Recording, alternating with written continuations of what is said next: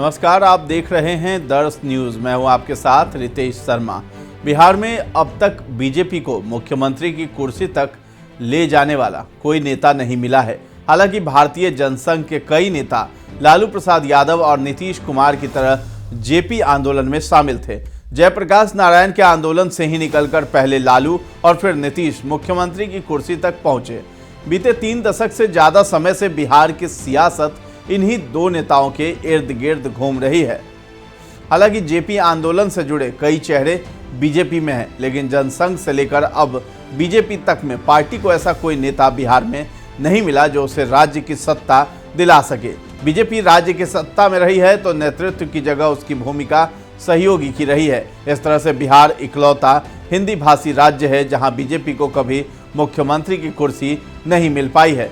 नीतीश कुमार के एक बार फिर एनडीए में शामिल हो जाने के बाद बीजेपी अलग रणनीति पर काम करती दिखाई दे रही है। उसने नई सरकार में कुशवाहा समुदाय के सम्राट चौधरी को उप मुख्यमंत्री बनवाया है, जबकि भूमिहार बिरादरी के विजय सिन्हा दूसरे उप मुख्यमंत्री हैं। विजय सिन्हा बीजेपी के पुराने नेता रहे हैं, लेकिन सम्राट चौधरी को बीजेपी में शामिल हुए अभी महज 6 साल पूरे हुए हैं। वो पहले प्रदेश बीजेपी के अध्यक्ष बने और अब उप मुख्यमंत्री बनाए गए हैं। इसलिए बिहार में हुए सियासी उलटफेर में जिस एक नेता का नाम काफी चर्चा में है वो सम्राट चौधरी है। सम्राट चौधरी फिलहाल बिहार विधान परिषद के सदस्य हैं और उन्हें पार्टी ने विधायक दल का नेता भी बनाया है। बीजेपी में सम्राट चौधरी का कद काफी तेजी से बढ़ा है।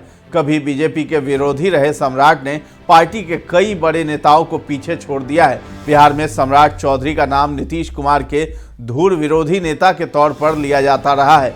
माना जाता है कि सम्राट चौधरी बीजेपी के उस नेताओं में हैं जो नीतीश की एनडीए में वापसी का विरोध कर रहे थे। हालांकि एक वरिष्ठ पत्रकार का मानना है कि सम्राट चौधरी ही नहीं, राज्य के किसी नेता की राय इस मामले में अहमियत नहीं रखती है। उनका कहना है बीजेपी में इस तरह के फैसले नरेंद्र मोदी लेते हैं और उसके बाद अमित शाह का नंबर आता है। कुछ हद तक इसमें पार्टी अध्यक्ष जेपी नड्डा की भूमिका हो सकती है। इस मामले में सम्राट चौधरी की राय कोई जगह नहीं रखती है। सम्राट चौधरी साल 2017 में बीजेपी में शामिल हुए थे।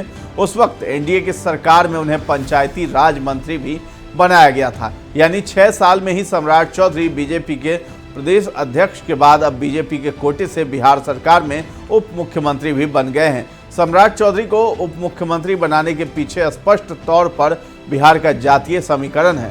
सम्राट चौधरी ओबीसी समुदाय से आते हैं, वो कोयरी वर्ग से ताल्लुक रखते हैं। बिहार में पिछले साल जारी किए गए जातीय गणना के आंकड़ों के मुताबिक राज्य में महज 10% सवर्ण हैं। ऐसे में बीजेपी के लिए अपने परंपरागत सवर्णों के वोटों के अलावा बाकी वोटों को साधना भी जरूरी है। बता दें कि सम्राट चौधरी उस वक्त बीजेपी में शामिल हुए थे जब बीजेपी ने बिहार में ओबीसी को साधने की शुरुआत की थी। बीजेपी की रणनीति नीतीश के लव कुश वोटों में भी सेंध लगाना है। इसमें कुर्मी कोयरी वोटरों की भूमिका अहम होती है। नीतीश कुमार कुर्मी है तो सम्राट चौधरी कोयरी। माना जाता है कि सम्राट चौधरी को बीजेपी मुख्यमंत्री के चेहरे के तौर पर तैयार कर रही थी। अगस्त 2022 में नीतीश के एनडीए छोड़ने के करीब 6 महीने के बाद बीजेपी ने उनको प्रदेश अध्यक्ष बनाया था, लेकिन नीतीश के एनडीए में आने के बाद हालात थोड़े बदल गए हैं। सम्राट चौधरी बीजेपी के एक ऐसे नेताओं में से हैं जो आरएसएस की पृष्ठभूमि से नहीं आते हैं। उनके पिता शकुनी चौधरी खुद समता पार्टी के संस्थापक सदस्यों में से एक थे। शकुनी चौधरी कभी नीतीश के करीबी थे तो कभी लालू प्रसाद यादव की पार्टी आरजेडी में भी रहे। शकुनी चौधरी का नाम कुशवाहा समाज के बड़े नेताओं में शुमार है और वो खुद भी विधायक और सांसद रहे हैं। यानी सम्राट चौधरी के पास एक राजनीतिक विरासत भी है जो उनके सियासी प्रभाव को बढ़ा देता है। शकुनी चौधरी के बेटे सम्राट चौधरी का प्रवेश सक्रिय राजनीति में 1990 में हुआ।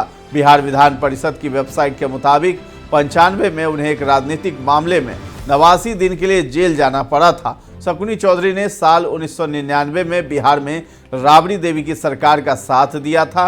हालांकि वो खुद उस वक्त सांसद थे। शकुनी चौधरी के सहयोग की वजह से आरजेडी की सरकार ने उनके बेटे राकेश कुमार को, जो अब सम्राट चौधरी के नाम से जाने जाते हैं, मंत्री बनाया था। उस वक्त राकेश कुमार न तो विधानसभा के सदस्य थे और न ही विधान परिषद के। बाद में उनकी उम्र को लेकर विवाद पैदा हो गया था और इसकी शिकायत चुनाव आयोग तक की गई थी। ये अपने आप में एक अनोखा मामला था जब राज्यपाल ने उम्र के विवाद में किसी मंत्री को उसके पद से हटाया था। उस वक्त सम्राट चौधरी की उम्र मंत्री बनने के लिहाज से कम पाई गई थी। बाद में बिहार में साल 2000 में हुए विधानसभा चुनाव में सम्राट चौधरी परबत्ता विधानसभा सीट से आरजेडी के टिकट पर चुनाव जीते थे, जबकि साल 2005 में हुए विधानसभा चुनाव में वो जेडीयू के रामानंद सिंह से हार गए थे। साल 2010 में भी सम्राट चौधरी इस सीट से चुनाव जीतने में सफल रहे थे। चुनाव आयोग की वेबसाइट के मुताबिक सम्राट चौधरी उर्फ राकेश कुमार ने जेडीयू के रामानंद प्रसाद सिंह को कड़े मुकाबले में पराजित किया था। साल 2014 के लोकसभा चुनाव में जेडीयू के खराब प्रदर्शन की जिम्मेवारी लेते हुए नीतीश ने जीतन राम मांझी को मुख्यमंत्री बनाया था। उस वक्त सम्राट चौधरी ने आरजेडी के कुछ विधायकों के साथ मांझी का समर्थन किया था।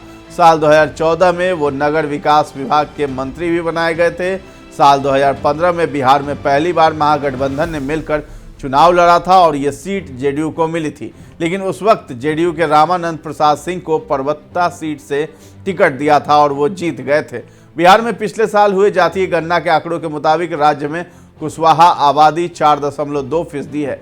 ये ओबीसी वर्ग में है। बिहार में इस वर्ग की ताकत को देखते हुए साल 2014 के लोकसभा चुनाव में बीजेपी ने उपेंद्र कुशवाहा की पार्टी के साथ समझौता किया था। राज्य में बीजेपी की आंतरिक राजनीति बहुत खराब थी।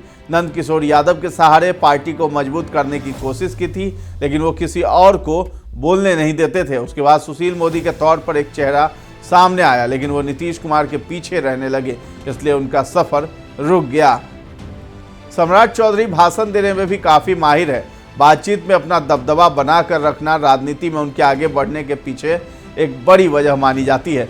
जब सम्राट चौधरी को बीजेपी ने प्रदेश अध्यक्ष बनाया था, तब सोशल मीडिया पर उनके समर्थक दावा कर रहे थे कि सम्राट बिहार में बीजेपी के योगी आदित्यनाथ बनने वाले हैं। सम्राट चौधरी ऐसे नेताओं में से हैं जिनकी नीतीश कुमार से कभी नहीं बनी है। यही हाल विजय सिन्हा का है। नीतीश कुमार का इन नेताओं से संबंध देखकर लगता है कि बीजेपी इस बार सरकार में दबदबे और आक्रामकता के साथ अपनी बात रखेगी। पिछली बार एनडीए सरकार के दौरान साल 2022 में विजय सिन्हा के विधानसभा अध्यक्ष रहते नीतीश से उनकी बहस सुर्खियों में रही थी। उस वक्त बिहार के लखीसराय में कानून और व्यवस्था के मुद्दे पर सदन में नीतीश ने विधानसभा अध्यक्ष पर सवाल खड़े कर दिए थे। मुख्यमंत्री नीतीश कुमार ने कहा था, सारे लोगों को एक बात जानना चाहिए, संविधान क्या कहता है, कॉन्स्टिट्यूशन निकालिए, आप इस तरह हाउस चलाइएगा, मुझे तकलीफ हुई है। विजय कुमार सिन्हा लखीसराय के ही विधायक हैं। एक साल पहले बिहार में जहरीली शराब से मौत पर सदन में बीजेपी मुआवजे की मांग कर रही थी, तब भी नीतीश कुमार विजय सिन्हा की तरफ देखते हुए काफी आक्रोश में जवाब दे रहे थे। आमतौर पर नीतीश कुमार को ऐसे तेवर में कम देखा जाता है। वहीं सम्राट चौधरी ने नीतीश को सीएम की कुर्सी से हटाने तक सिर पर मुरेठा रखने का संकल्प लिया था।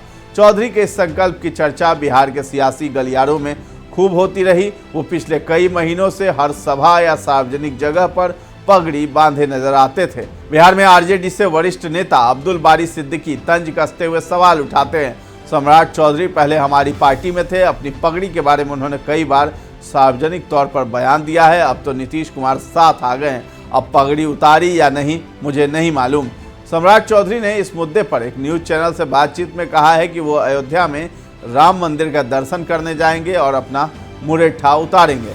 आरजेडी से बीजेपी तक के सफर में सम्राट चौधरी फिलहाल तेजी से आगे बढ़ते दिख रहे हैं। अपने तेवर और अंदाज की वजह से वो चर्चा में भी रहते हैं, लेकिन अब उनके राजनीतिक सफर और तेवर के बीच नीतीश कुमार हैं। वहीं नीतीश कुमार जिनके बारे में कोई अंदाजा लगाना आसान नहीं है।